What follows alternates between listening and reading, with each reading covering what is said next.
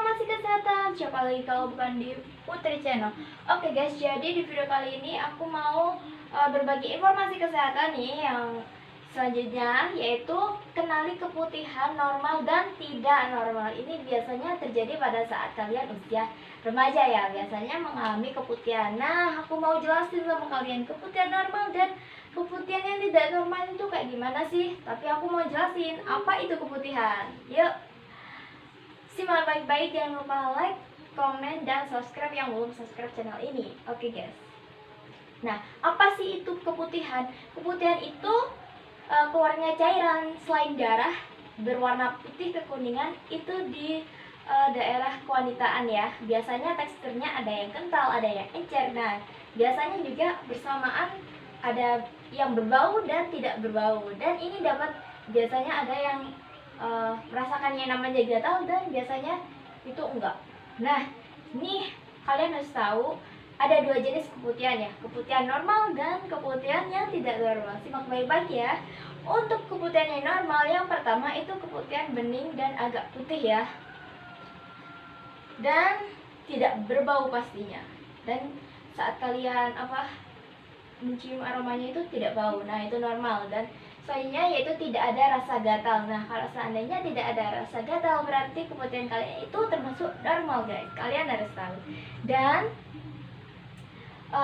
jika keputihan juga disebabkan kalau kalian itu terlalu lelah dalam aktivitas sehari-hari ya, untuk wanita ya, itu apalagi kalau sampai lelah terus daya tahan tubuh ini turun, itu dapat menyebabkan keputihan. Nah, keputihan yang tidak normal kalian juga harus tahu jumlah keputihannya itu lebih banyak dari yang biasanya. Ya, biasanya sedikit kok banyak, tiap harinya tuh banyak. Nah, itu hati-hati, itu biasanya yang tidak normal.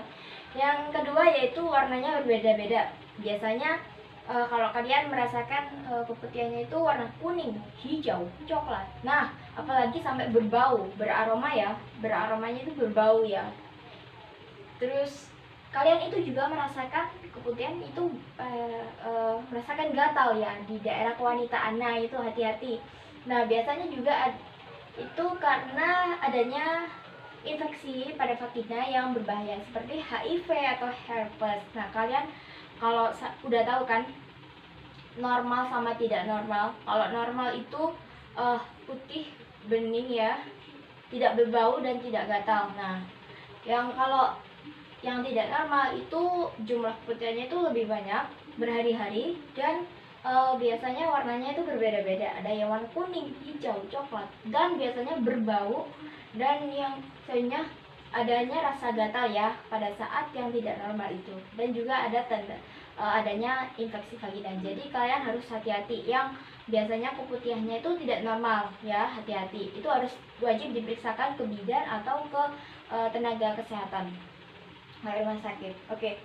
Cara mengatasi keputihan yang secara alami ya, itu yang pertama menjaga vagina menjaga organ kewanitaan kalian agar tetap kering. Ini untuk mencegah tumbuhnya bakteri dan jamur. Jadi ini harus dijaga ya. Kalau seandainya celana dalam kalian itu lembab, terus kalian nggak ganti, nah ini yang bisa menyebabkan vagina kalian itu gatal guys. Dan yang kedua yaitu memakai pembalut atau pada saat setelah memakai dan mengganti pembalut pada saat pembalut itu terasa basah atau lembab, itu kalian harus ganti itu ya pembalutnya. Nah, selanjutnya yaitu setelah buang air